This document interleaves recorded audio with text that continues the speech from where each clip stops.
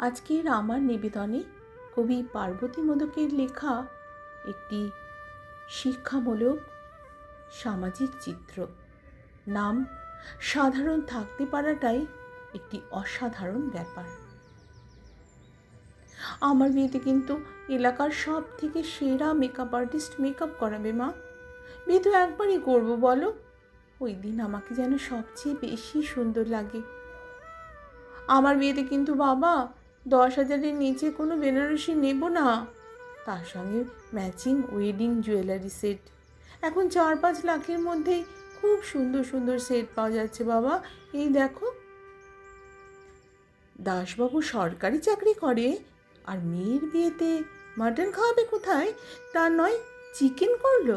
ছ্যা ছ্যা, chicken জানলে আমি বিয়ে বাড়িতেই আসতাম না। ওহ, তোমার বাপের বাড়ির খাওয়ানো তো জানা আছে। কেন, বিয়েতে তোমার বাবা কি খাইয়েছিল ভুলে গেছো? বৃহস্পতিবার দিন বিয়ে পড়েছিল বলে সেই অজুহাতে 2 রকমের মাছ খাইয়ে সস্তায় মেরে দিল। বিআই মশাই, আমাদের বাড়ি থেকে কিন্তু বরযাত্রী 150 জনের কম হবে না। আমাদের অনেক বড় গোষ্ঠী, তার উপর আমার অফিস কলিগ, ছেলের অফিস কলিগ, বন্ধু বান্ধব সব মিলে কাকে ছেড়ে কাকে বাদ দিই বলুন তো। আরে হ্যাঁ, খাওয়া দাওয়াটা একটু বুঝে শুনে করবেন। ছেলের শ্বশুর বাড়ি বলে কথা, এটা আমার একটা প্রেস্টিজ ইস্যু বটে। কথাগুলো খুব পরিচিত লাগছে না? আপনি, আমি, আমরা সবাই এই কথাগুলোর সঙ্গে কখনো না কখনো চেতনে বা অবচেতনে মাথার মধ্যে এসেছে বা বলেওছি কখনো, বা কখনো শুনেওছি। হামেশাই এই কথাগুলো শুনতে পাই আশপাশ থেকে, অথচ বলার সময় একবারও ভাবি না যে যে মানুষটা তার সর্বস্ব নিঃশেষ করে দিয়ে মেয়ের বিয়ে দিচ্ছেন, ভবিষ্যতে তার কোনো ইমার্জেন্সি হলে তিনি কিভাবে সেটা সামলাবেন। বাইরের লোক তো দূরের কথা, আমরা মেয়েরাই অনেক সময় নিজের বাবার সুবিধা অসুবিধার কথা ভাবি না।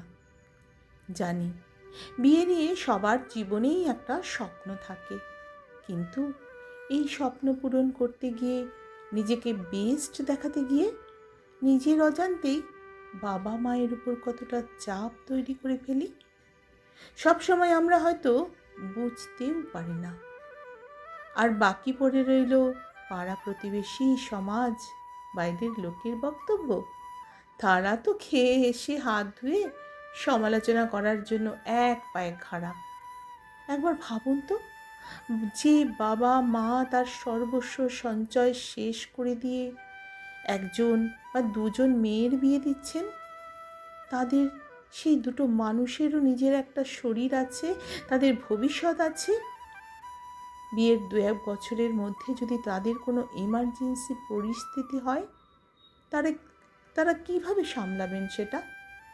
অথবা তার মেয়ের যদি কোনো প্রয়োজন হয়, তখন তারা কিভাবে সেটা সামলাবেন? সামান্য কন্ট্রিবিউশনটুকু কোথা থেকে তারা জোগাড় করবেন? বিয়ে হলো 2 মানুষের, 2 পরিবারের মধ্যে একটা পবিত্র বন্ধন, অথচ এই বিয়েটাই এখন pre wedding, post wedding, destination marriage, buffet এইসবের জালে আটকে গেছে। না, বাবা মা আপনাকে কখনোই বুঝতে দেবে না তার নাভির শ্বাস উঠে যাচ্ছে।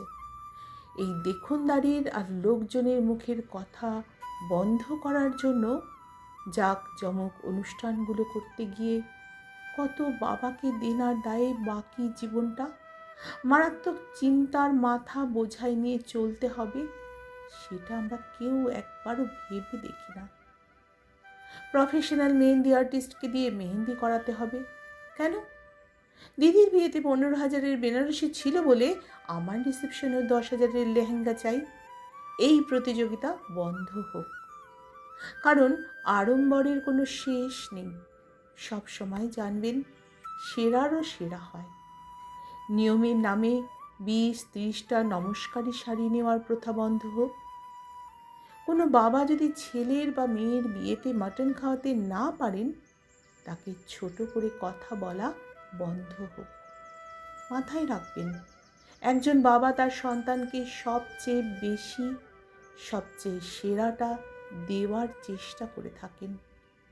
তাই কোনো বিয়ে বাড়িতে যদি 200 টাকার প্লেট হয়, জানবেন সেই বাবাটি তার সারা জীবনের সঞ্চয় দিয়ে ওই 200 টাকার প্লেটটাই এফোর্ড করতে পারবেন।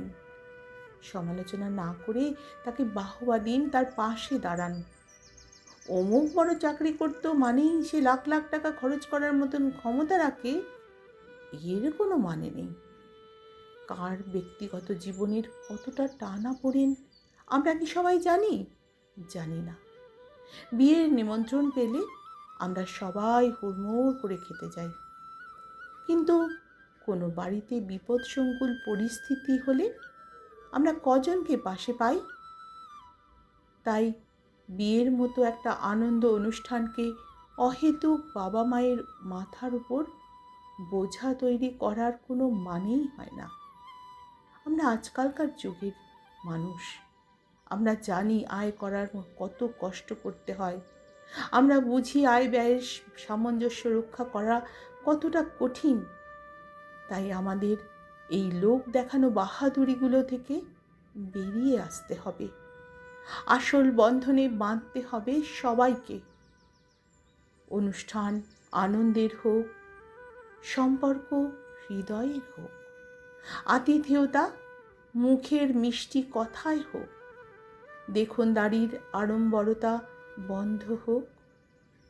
আমরা সব সময় অসাধারণ হওয়ার দৌড়ে জিততে গিয়ে ভুলে যাই সবচেয়ে সাদা মাটা আর সাধারণ থাকতে পারাটাই আসলে সবচেয়ে অসাধারণ একটা ব্যাপার, সবচেয়ে অসাধারণ একটা ব্যাপার।